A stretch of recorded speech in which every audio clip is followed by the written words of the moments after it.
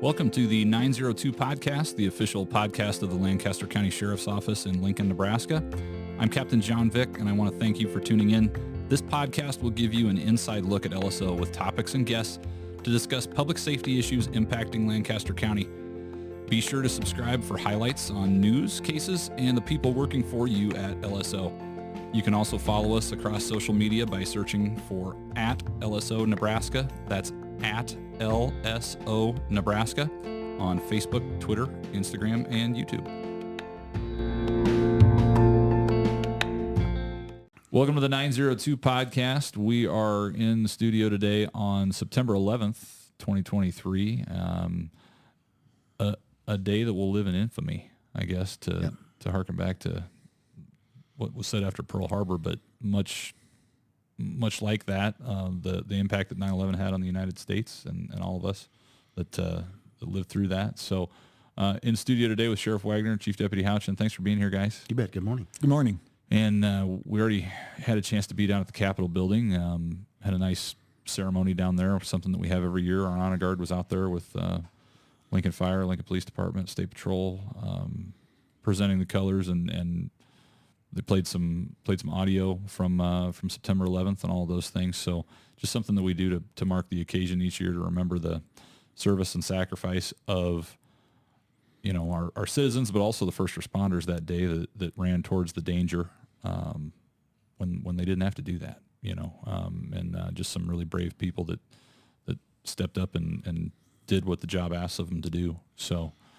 wanted to take just a chance to talk about how 9/11 impacted the sheriff's office here in Lincoln, and kind of what some of our operational things were that happened that day and maybe changed in the weeks and months to follow. But before we do that, let's kind of just break down. I mean, I think for those of us that remember 9/11 and those of us that were alive, we kind of all remember where we were. So, Sheriff, what was September 11th, 2001 for you? Where were you? What were you up to? Well, it was a Tuesday morning. Yep. You know, had gotten to work about 8 o'clock. Pretty normal. You know, first 30 minutes were pretty normal. And about 8:35, that first plane hit the World Trade Center. And I remember somebody wheeled a television in on a AV cart, you know, like we had back then, and so we could kind of watch it. But it didn't dawn on us at first that it was a terrorist attack. I was thinking back to 1945. I know a B-25 bomber hit the Empire State Building, and I'm thinking, how can a plane not see a 100-story building? Yep. And, you know, we thought perhaps it was a small private plane of some sort, but had a lot of no confusion, idea. Had no idea it was a jetliner with, 200,000 gallons of jet fuel on board. Yeah. And then it wasn't long after that building was struck that the second tower hit. Were you at work then, Ben? You know, I was working second shift on in criminal at that time as the sergeant, and I can remember getting up and my oldest son was getting ready to go to school or had to go someplace, and I was sitting there watching television, and I remember them talking about it, and I had the same thoughts as you, because a lot of it, there was a lot of misinformation at first, and it's like any major event that you have, the speculation of what's going on, and again, like I always say, probably 40% of it's correct and 60% of it is totally wrong, and that's the way the whole thing was starting on that morning. And I thought the same thing is, how do you hit a building like that? And like I said, then the next one hit, and then we all got called in at that point. I was a member of the tactical team. I think I was the assistant team leader at that point in time, and we got paged in to come to work at that time. But yeah, it was, your mind really just didn't know what to think. It was, it was so confusing, and we've just not been attacked on our land. Yeah. And that's what happened. You know, just going back to what you said in the very beginning of this podcast, you know, a day in infamy, I'm sure the people on December 7th thought the same thing. Yes. That, you know, the U.S. hadn't been attacked since the War of 1812 on our soil. And even though it was Hawaii, it's still American soil. Yep.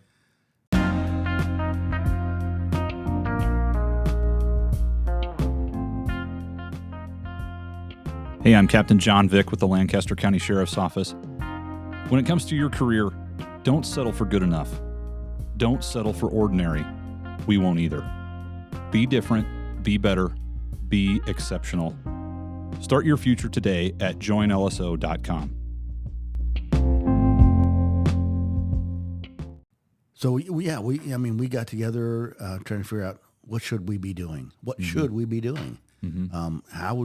How would we protect government infrastructure in Lancaster County?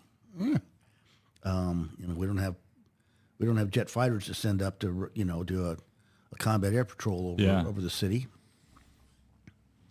And so we posted deputies at the parking garages just to. I think it was just to show the citizens, hey, we're taking this serious, and kind of try to calm everything down, because everybody was just in an uproar on what was going on. Yep. So I think seeing us in uniform and that we were taking it serious kind of calmed the whole thing down a little bit in this area. There's only so many places in Lincoln, Nebraska that they would attack, but I think it was just good to let us know that, hey, we don't know what's going on, and we're willing to show our force at that time of we're going to protect everybody. Do you remember what kind of information flow there was? I mean, a lot of times when we have these incidents, we'll get, maybe an update from the state or from, some of our federal partners, but was there much as far as information at that point? No, we were getting more from network television than we were from any of our law enforcement partners on the state or federal side. I mean, I think they were as confused as we were. Yeah. Certainly on, there just wasn't much information coming down official channels. And so most of what we learned was through public access. Sure. When the planes were going down and hitting things, I think the federal government and the military was on such a reaction to the situation. They didn't even have time to get information out because they were trying to get it and get it resolved. And I can remember trying to get all those airplanes out of the sky. And within the Pentagon. Yeah. And then shortly after that, in Pennsylvania. The Shanksville, Pennsylvania crash, 93. So Ben, the TRU team was activated that day, and then where did you end up going? Down to the power company down by Hallam, Hallam. I can't remember who. I believe it was Josh Clark. I can't remember who I was with. Yeah. And we just let them know, hey, we're here. We sat up and just kind of watched. And, of course, we had the radio on trying to listen and figure out what in the world was happening, and they thanked us for being down there. Like them, they had no idea what was transpiring. Yeah, absolutely. When September 11th happened, I was a senior in high school. I was up at Raymond Central, so here in the county, and I was just like you guys. I was driving to work that morning, so I was listening to it on the radio, and they had mentioned on the radio that this plane had hit. Same kind of thing. Kind of some confusion. Is it your private plane? How is it heavy fog? Right. How does that happen? And so I had gotten to school, early that morning. So it was after the first plane hit, but we had a couple TVs in a few classrooms. And I remember Dale Rasmussen was my history teacher, and he happened to have a TV with cable in his classroom, and he and I were standing there watching it, and that's when the second plane hit, and so we knew. At that point, just like everybody else in the world. And the kind of unique thing for me, 2 months earlier, I had enlisted in the Air National Guard. And, I was still 17 at the time. My parents had to sign the waiver and do all that stuff. But, I had plans. I was headed to, as soon as I graduated, I was headed to basic training. And after that, it was, 1 weekend a month, 2 weeks during the summer. That's what they tell you. How life has changed, and life definitely changed in a hurry after that. So, I think that's something else that kind of had an impact. It was my generation that was kind of involved in the military stuff and the military response eventually to September 11th. I wasn't working here at the sheriff's office until years later, 06, 07. But obviously there were some people that had a pretty immediate impact on our staffing here at the office, Sheriff.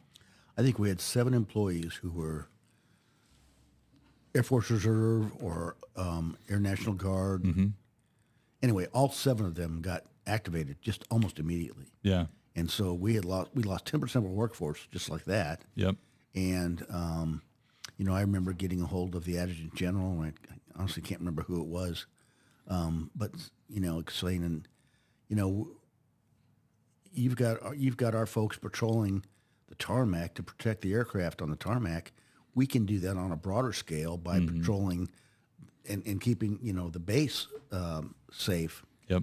And it kind of fell on deaf ears. But I was trying to make the point that our folks could do better for what they were trained for on a local level than just have them stand around a plane. But yep. And I was one of those people standing around planes. I mean, Okay. when I got back, I spent the majority of my war in Lincoln, if you want to call it that. But yeah, we had a very heavy footprint at the Lincoln Air Force Base, Air National Guard Base, and and then did we have KC-135s then, or were we they did. still? Yep, we did.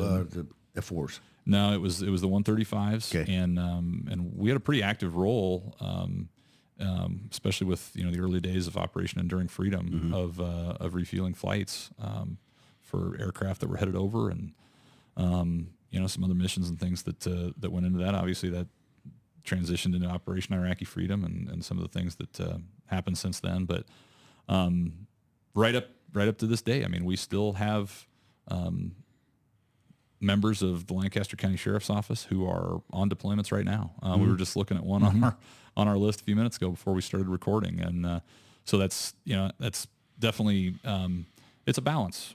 Just like from your perspective as agency administrators of trying to make sure that you can keep people on the street. I'm no longer in the military, but when I was, that's a balance that anybody takes on when they try to balance a civilian career and a military career. And there's pros and cons to that. We're certainly supportive of our veterans that Of course. that do that. And but it's just like being a first responder, being a member of the military, whether you're active guard or reserve. It's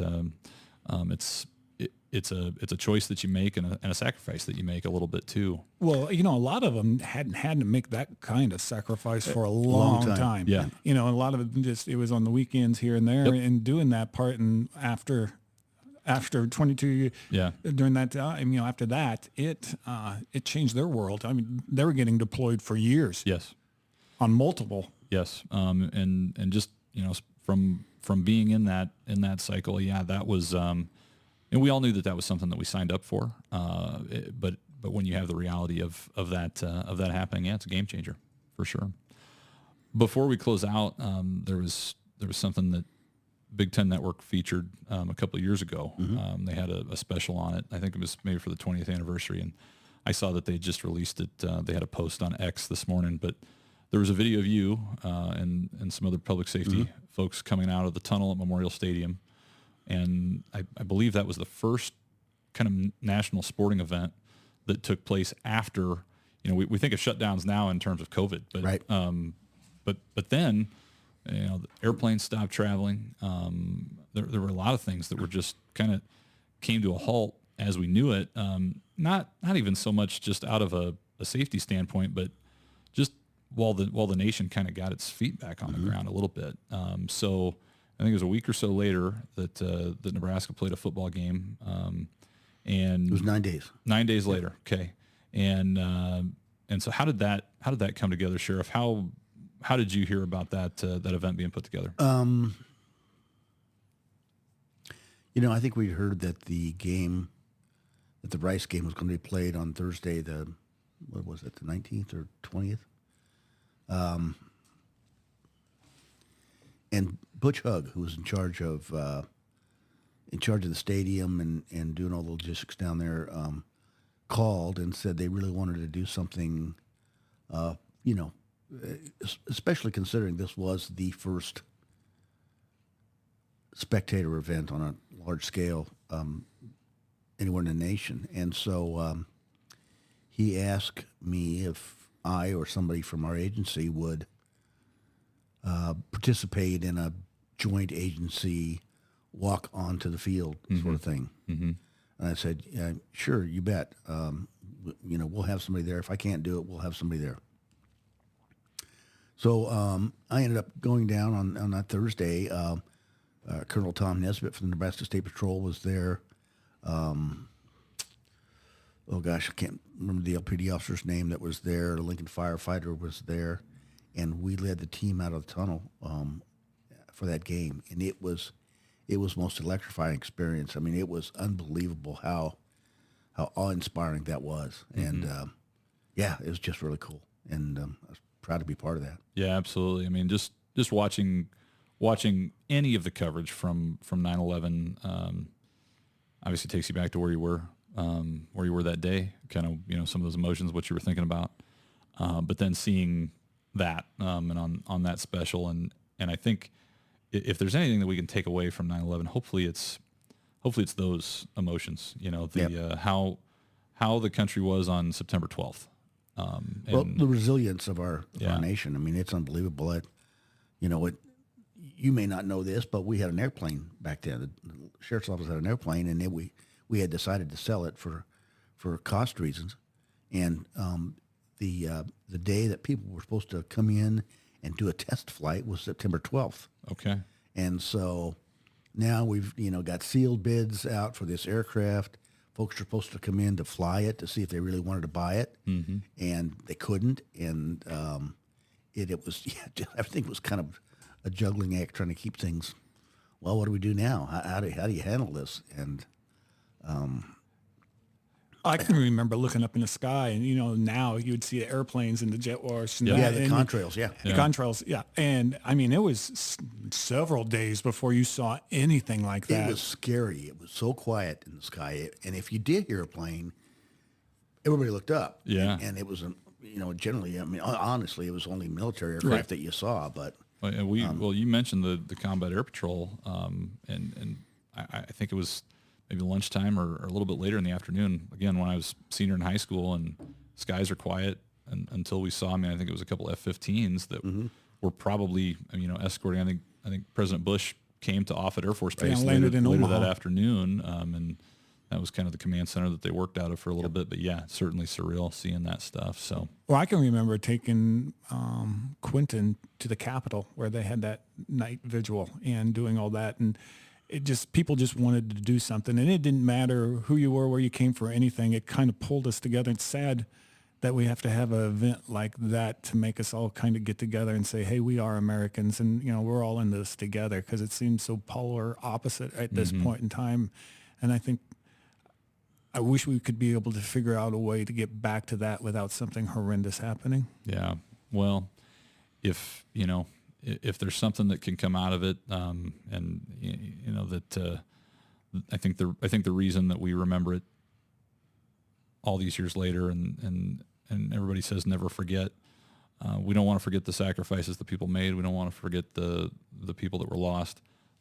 But yeah, hopefully we never forget the way that we felt and the way that we came together on September 12th. And the sad thing too is there's been people passing from that event for years and years from cancer and all that, and they went in there, and yes, they got out and things, but they eventually paid the ultimate for what they ended up having to do that day. Yep, a lot of brave people answered the call that day, and we still have a lot of brave people that are answering the call and honoring that service and sacrifice all these years later. And I tell you, I can still remember the anger of having to watch people make a decision between burning and jumping, and it burns. That's the one thing that always comes into my mind on this, is watching people choose to jump. Yeah, out of whatever else they were facing up there. Yeah, I couldn't imagine what they were thinking and feeling, and it just maddening. Yeah. Well, closing thoughts, guys. Hell of a day. Yeah. I think that's a good way to sum it up. Well, that is all the time that we have for the 902 podcast today on this September 11th edition. We hope that you enjoyed listening to this episode. Be sure to catch all of our episodes on Spotify, Apple, or wherever you enjoy podcasts. And check us out on social media at LSO Nebraska.